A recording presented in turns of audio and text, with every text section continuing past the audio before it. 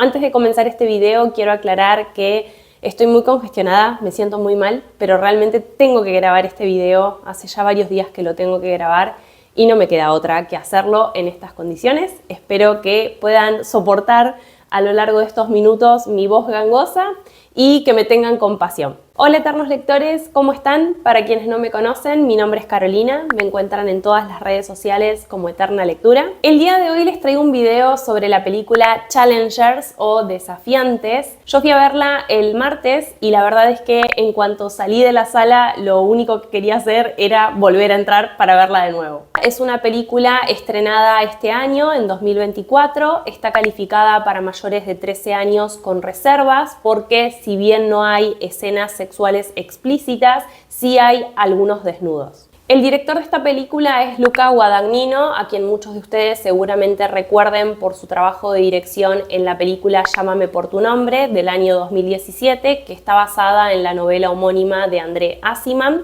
También fue director de la película Suspiria, que es una remake de la película Suspiria del año 1977, y también fue director de la película Hasta los huesos en el año 2022. En el elenco de esta película tenemos una de las estrellas que está pisando con más fuerza en los últimos años. Obviamente estamos hablando de Zendaya, pero Zendaya va a estar muy bien acompañada de Josh O'Connor, quien hizo del Príncipe Carlos en la serie The Crown, y también de Mike Faist, a quien yo conocía por su trabajo como Riff en Amor sin barreras o West Side Story. Si me preguntan, les juro que no quiero contarles de qué trata la película. Cuando yo fui el martes a verla, fui sin ningún tipo de condicionamiento previo. Solamente sabía que el director era Luca Guadagnino y trabajaba Zendaya, pero no sabía mucho más. Pero lamentablemente para los fines de este video sí voy a tener que contarles de qué trata. Desafiantes cuenta la historia de Art y Patrick, dos tenistas que se enfrentan en un torneo Challenger.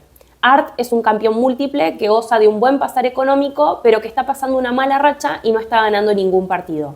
Patrick es un jugador caído en desgracia que no tiene dinero ni para pagar un hospedaje y tiene que dormir en su vehículo la noche anterior al partido. En medio de ellos dos está Tashi, la entrenadora y también esposa de Art, que a su vez había sido novia de Patrick 13 años atrás. Y para empeorar o mejorar las cosas, descubrimos que Art y Patrick habían sido mejores amigos antes de que Tashi se interponga en su camino. Les vuelvo a decir que no quería contarles de qué trata la película porque sé lo que deben estar pensando en este momento ahora que saben de qué trata. Seguramente están pensando, ¡ay no! Es una comedia romántica con un triángulo amoroso, bla bla bla bla bla. Pero no, les garantizo que la película es mucho más que eso. Si yo hubiese sabido que la película trataba de eso, no lo hubiese visto. Sin embargo, les puedo garantizar que gracias a Dios que no lo sabía porque la fui a ver y me encantó. El guión de esta película estuvo a cargo de Justin Kuritzkes, quien en realidad reconoce que no es ni fan del deporte en general y mucho menos del tenis en particular. Pero en el año 2018 estaba viendo el partido entre Serena Williams y Naomi Osaka en el US Open y vio una situación que le despertó muchísimo la curiosidad y le dio una gran idea. En ese partido, el umpire llama la atención a Serena Williams porque, en teoría, estaba recibiendo indicaciones de su entrenador que estaba fuera de la cancha y eso está prohibido. A partir de ese acontecimiento, él pensó, ¿qué pasaría si un jugador necesitara hablar acerca de algo mientras juega? Y si es sobre un tema que va más allá del tenis, ¿cómo podría comunicarlo? Esa fue la idea que dio origen a Challengers. Y la verdad es que no puedo explicarles cómo los partidos de tenis en esta película son mucho más que un simple partido de tenis y más que eso son un acto de comunicación. ¿Qué es lo que más me gustó de esta película? Punto número 1. Se sale completamente de la versión común del triángulo amoroso. Abundan un montón de películas y series en donde aparecen triángulos amorosos en donde dos personas van detrás de la misma persona. Pero en este caso, aunque en apariencia es así, hay muchísimo más detrás. Punto número 2. Los tres personajes son complejísimos y tienen un desarrollo muy profundo. En lo personal debo decir que ninguno de los tres, o sea, ni Tashi, ni Art, ni Patrick, tienen un mayor desarrollo frente a los demás. Y una de las cosas que más me gustó es que se hace hincapié muchísimo en sus defectos, en sus secretos. eso los hace terriblemente humanos, porque los tres son muy cuestionables y aún así los sentís muy reales. Punto número 3. Las actuaciones son una maravilla. En lo personal quiero destacar especialmente la interpretación de Mike y de Josh cuando ellos, o sea, cuando sus personajes son jóvenes, debido a que de verdad te crees que son mejores amigos, o sea, tienen realmente una forma de mirarse, de hablarse, que te hace creer que son mejores amigos. No es una interpretación para nada sobreactuada, es muy fresca, muy natural, te muestra justamente cómo son inocentes y en cierto sentido medio pavos. Por el lado de Zendaya, una de las cosas que más me gustó es que el personaje de ella tiene muchísimos matices y justamente a lo largo de su actuación ella logra dar cuenta de todo eso. Punto número 4. ¿Cómo se cuenta la película en base al movimiento? Aunque es una película que dura 131 minutos, es decir, que dura más de 2 horas, la realidad es que en ningún momento te sentís agotado. Y creo que eso ocurre justamente por el gran movimiento que tiene la película. Y con movimiento no me refiero solo a la cantidad de partidos que aparecen a lo largo de toda la película y que obviamente le dan un gran dinamismo. Pero al margen de eso, que sería el movimiento más obvio, aparece el movimiento en un montón de otras cosas. En primer lugar, en los cambios de tono que tiene la película. Si ustedes se fijan, algunos la catalogan como un drama, otros la catalogan como una comedia, otros la catalogan como una comedia romántica.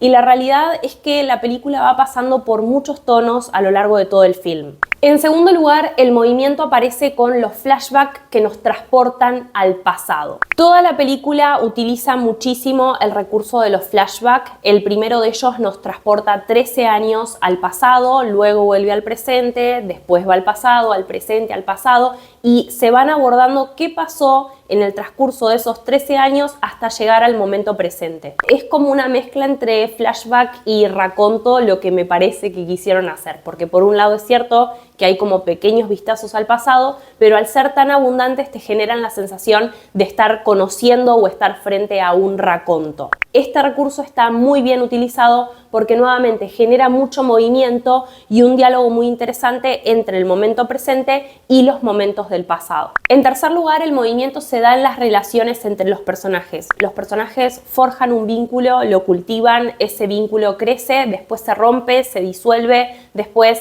se vuelven a juntar, se vuelven a pelear, es decir, es un cambio constante. En cuarto lugar, el movimiento también se da en el mundo interno de los personajes, que son realmente muy cambiantes con respecto a lo que sienten y cómo actúan al respecto. Punto número 5. La banda sonora a cargo de Trent Reznor y Atticus Ross. Estos dos ya habían trabajado juntos en otras películas, como por ejemplo Red Social y también Hasta los Huesos, y de hecho fueron ganadores en 2 oportunidades del premio Oscar. Aunque se incluyen otras pistas, una de las más llamativas es por ejemplo Pecado, la mayor parte de la banda sonora proviene de estos dos músicos, que se inspiraron en la música techno y rave de los años 90. Las canciones van de la tensión a la sensualidad y es como que te avasallan porque están muy presentes a lo largo de toda la película. Punto número 6.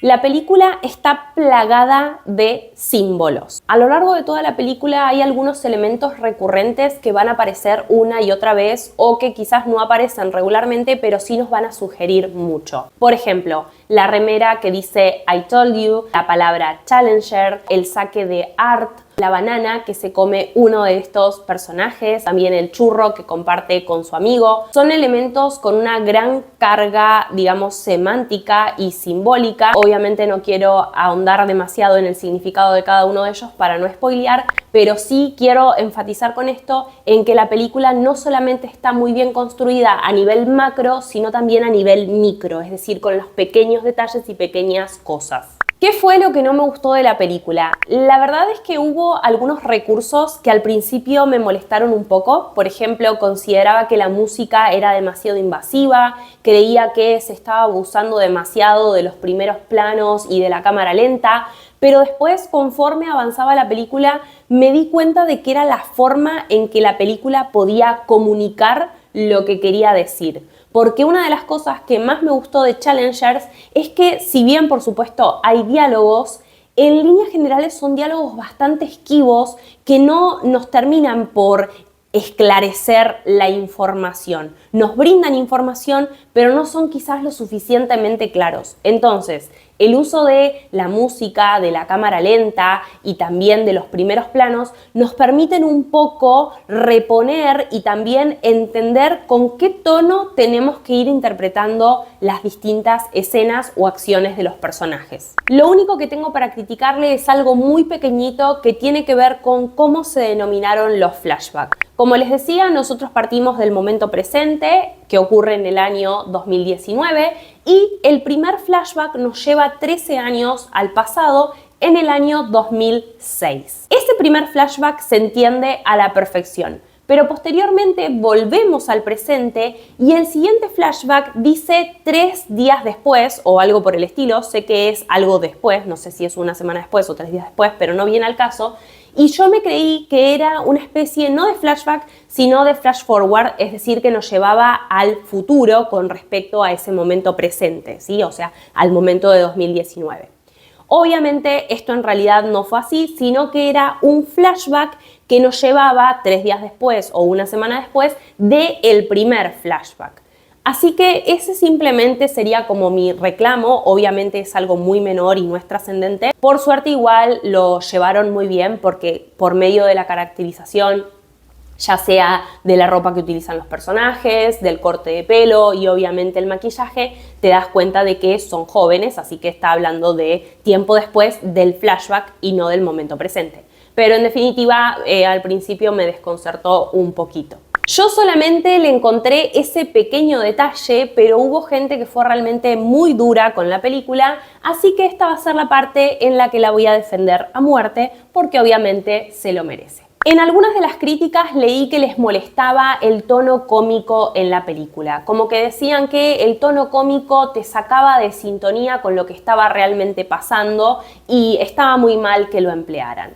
Por supuesto, con respecto a esto, yo no estoy para nada de acuerdo. Quiero, transmitirles que la película, si no tuviese esos pequeños momentos cómicos, sería quizás demasiado pesada para el espectador. Muchísimas veces el humor y el tono cómico se utiliza para aliviar un poquito las sensaciones que está sintiendo el espectador. Si todo el tiempo estamos tensionando al espectador, va a llegar un momento en el que va a necesitar de este alivio cómico. Sino porque también en los momentos en los que se utiliza el tono cómico, tiene también mucho que ver un poco con la inocencia de los personajes. El tono cómico aparece, por ejemplo, cuando Art y Patrick son jóvenes. Entonces, no me parece nada mal que, teniendo en cuenta que son jóvenes, que son amigos, que se están divirtiendo y que tienen esperanza sobre la vida, se utilice un tono muchísimo más relajado que el tono que impera a lo largo de toda la película. Con respecto a esta otra crítica que leí, directamente siento que vimos una película distinta. No concuerdo con nada de lo que está diciendo este hombre. Dice lo siguiente: estilizada propuesta con un power trío amoroso que de power no tiene nada y de amoroso tampoco,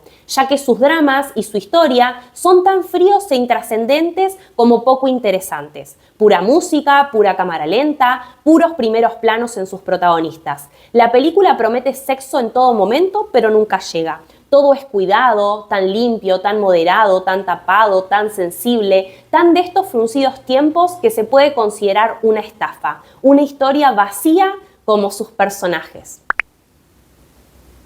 A mí me parece que este hombre no entendió absolutamente nada sobre la película. El trío amoroso está muy bien construido y tiene mucho de amoroso, nada más que no a la forma convencional en la que estamos acostumbrados. Acá el problema no tiene que ver con que no hay amor, sino con que hay amor y ese amor no está siendo expresado, está siendo reprimido. Así que sí tiene mucho de amoroso. Con respecto a los primeros planos, a la música y a la cámara lenta, lo entiendo. A mí también me desconcertó al principio, pero a medida y conforme avanzaba la película, me fui dando cuenta de que sin la presencia de esos recursos, la película es insostenible, no la podés comprender. Te garantizo que si en lugar de tener un primer plano tenés un gran plano general o un plano general, no vas a entender absolutamente nada acerca de qué le están pasando a los personajes por la cabeza.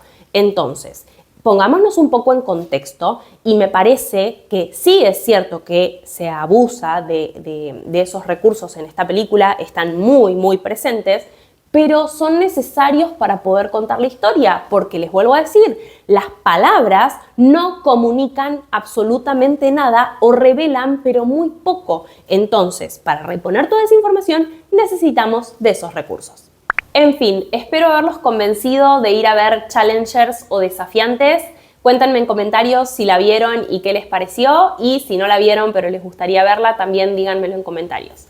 Y si llegaron al final de este video pero no saben qué comentar, les dejo el emoji del día de hoy, que es este que les dejo por acá, para que puedan ponerlo en comentarios y de esa forma yo sepa que llegaron hasta el final de este video.